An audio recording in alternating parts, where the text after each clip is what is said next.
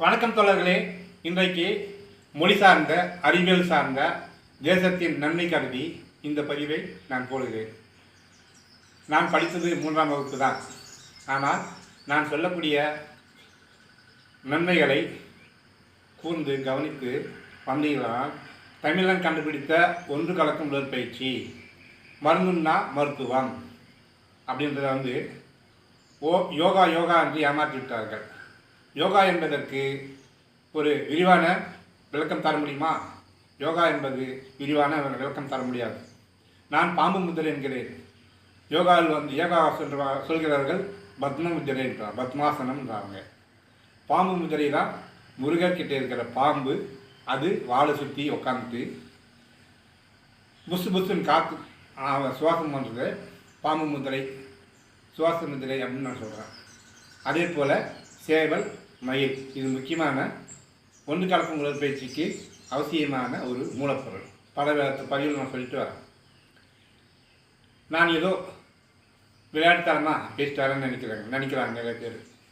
என்னுடைய ஆராய்ச்சியை சப்ஸ்கிரைப் செய்து கேட்டு வாருங்கள்.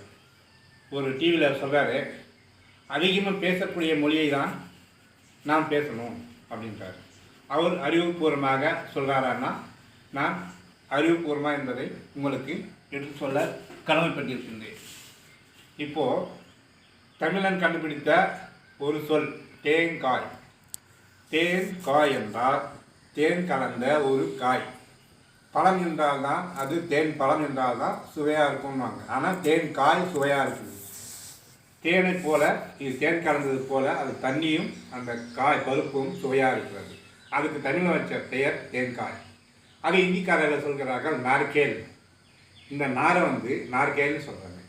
இது போல தான் ஒவ்வொரு பொருளையும் மூலத்தனமாக நம்மளை ஏமாற்றி செம்மறியாடு கூட்டம் போல நம்மளை தள்ளி பார்க்குறாங்க.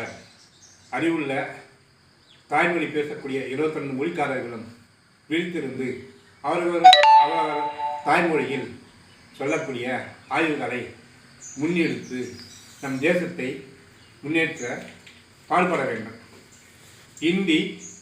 இந்தியில் புலமை இருந்தாலும் அறிவு இருந்தாலும் அதை எடுத்து சொல்லட்டும். ஒன்று கலக்கும் உடற்பயிற்சி என்கின்றேன். யோகா என்பதை விரிவாக சொல்ல முடியுமா? அந்த யோகா என்பதை தமிழன் கண்டுபிடித்த இது உடற்பயிற்சியை, ஒன்று கலக்கும் உடற்பயிற்சியை யோகா என்று மாற்றி தமிழை மறிப்பதற்காக கண்டுபிடித்த ஒரு மாற்று மொழி. இனியும் ஏமாறாமல் தாய்மொழியை தடுத்து புதுமொழியை புகுத்தினால் தேசம் அழிவு பாதைக்கு போய்விடும். தோழர்களே, தமிழர் முருகர் கண்டுபிடித்த 6 படை வீடு, அதே போல் 7 மலை 7 ஆதார சக்கரங்கள்னு சொல்கிறாங்க. திருப்பதி கோயிலை கட்டினதும் தமிழன் தான். அந்த 7 ஆதார சக்கரங்களை முன்னிறுத்தி தான் 7 மலையான் அப்படின்னு கட்டியிருக்கிறாங்க. தமிழன் கட்டியிருந்து. இப்படியெல்லாம் தமிழருடைய அறிவு சார்ந்த ஒரு பதிவுகளை மறைப்பதற்காக, தமிழை மறைப்பதற்காக இந்தியை திணிக்கிறார்கள். இந்தியில் புலமை இருந்தால் சொல்லட்டும். ஒன்று கலக்கும் உடற்பயிற்சிக்கும் யோகாவுக்கும் விரிவான விளக்கத்தை சொல்லட்டும், பார்க்கலாம்.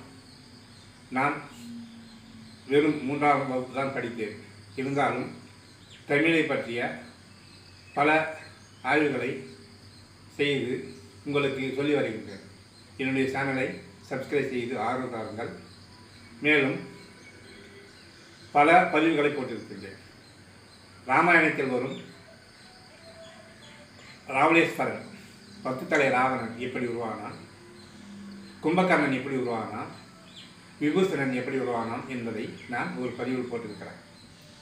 இதுபோல் ஒவ்வொன்றும் தமிழர் கண்டுபிடித்த அறிவு சார்ந்த பதிவுகளை நான் சொல்லி வருகின்றேன். நான் படித்தது 3ஆம் வகுப்பு இருந்தாலும் என்னுடைய அறிவு சார்ந்த பேச்சை நீங்கள் மதித்து எனக்கு ஆதரவு தாருங்கள். என் வீடியோ பார்த்தமைக்கு நன்றி, வணக்கம்.